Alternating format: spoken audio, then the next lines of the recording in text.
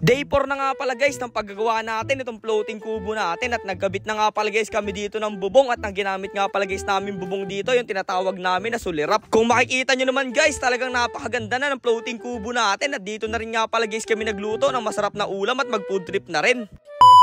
So what's up guys? What's up? Mga kanapadaan lang. So ngayong araw nga guys, day 4 na nga pala ng paggagawa natin ng napakaganda at nakaka-refreshing na floating kubo natin. Pero bago nga pala guys tayo gumawa ng floating kubo natin, ay papandawin nga pala guys natin yung mga tinaan namin kagabi na mga panghuli ng kungo at mga tatos o mga urong para guys mamaya pag naggagawa tayo ay meron na rin kaagad tayong pang ulam at mapu-food trip. So bali nga guys, ayan medyo marami din kaming tinaan dito ng mga patibong at ayun nga pala guys yung mga nahuhuli natin. Ang tawag nga pala dyan guys dito sa lugar namin ay urong, pero sa ibang lugar naman guys ay tatos. Napakasarap nga pala guys yung ulam nyan. Hindi nga lang pala guys mga urong yung hinuli namin dito. Nagtaan din guys kami ng mga panghuli natin dito sa tinatawag na aming kungo, pero sa ibang lugar naman guys ay kuray. Ayan guys, para meron talaga tayong pang ulam at medyo marami. Pero bago ang lahat guys, ito nga palang aming vlog at adventure ay para nga lang pala ito sa mga solid viewers at followers namin. Kaya kung basher ka guys tapos magko-comment ka dito ay aminin mo na baka idol mo rin talaga kami. Pero kahit ganun pa man ay sana pagpalain pa rin tayong lahat ni Lord sa ating mga ginagawa at bigyan tayo ng blessing. Maya-maya nga lang guys ay eto na nga pala yung mga nahuli namin doon sa mga tinaan nating patibong at sigurado na nga pala guys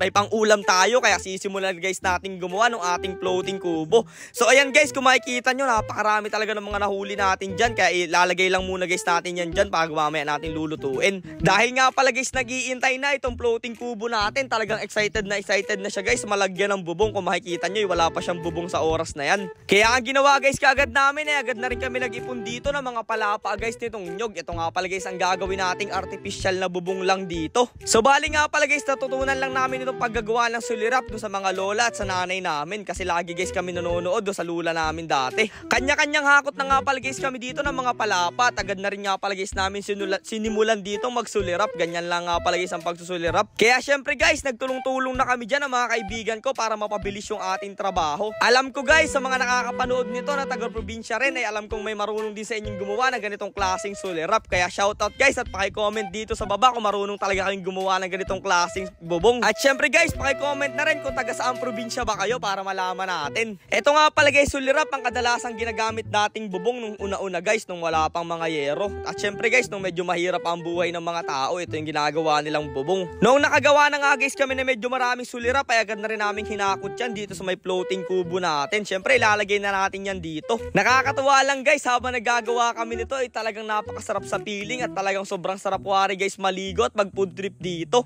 habang nakalutang ka guys dito sa gitna ng tubig na to. Gagawin pa rin nga pala guys namin dito, ilalagay namin yan doon sa may bandang gitna yung floating kubo natin na yan, tapos mangangawil tayo, tapos pag nakahuli guys tayo ay diretso luto, tapos yung iba ay kikilawin lang natin. Sobrang sarap guys na talagang napaka-fresh ng mga mahuli nating isda dyan sa gitna na yan. Napakarami pa naman guys isda dito sa mangroves namin. At dito naman guys sa taas kung makikita nyo ay napakaganda ng view dito. Umakyat pa nga guys yung nagka-camera natin dito sa taas ng puno. Hindi pa nga guys namin natatapos magbubong doon sa ating floating kubo ay sabi ko sa mga kaibigan ko ay magluto na muna kami ng mga pwede naming maulam.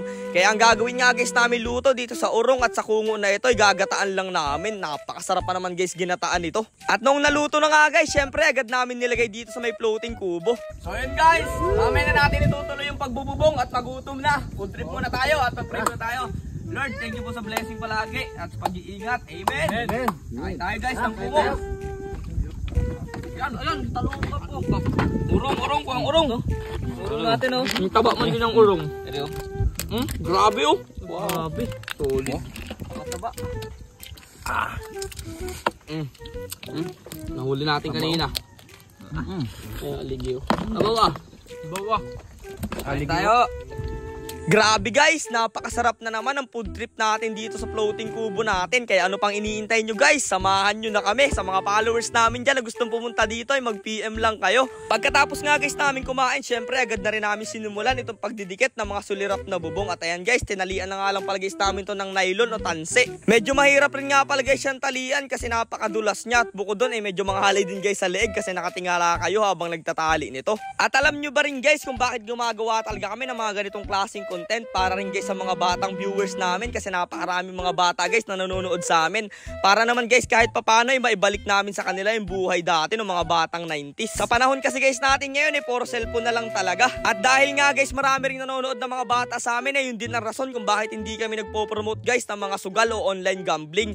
Kung masasabi ko lang guys sa inyo alam nyo ba na 300k to kalahating milyon ang offer sa amin ng mga sugal. Oo guys, hindi kami magiging plastic, talagang gusto rin namin magkapera pero kung sa ganung paraan guys kahit wag na lang. Kasi guys sino ba naman hindi masisilaw sa ganitong klase ng pera, pero kung ang kapalit nun guys may masisira ka na buhay ng mga tao. Kaya okay na kami guys dito sa kinikita namin sa vlog at masaya rin ako dahil natutulungan ko itong iba ko pang mga kaibigan. Yun guys, tapos na!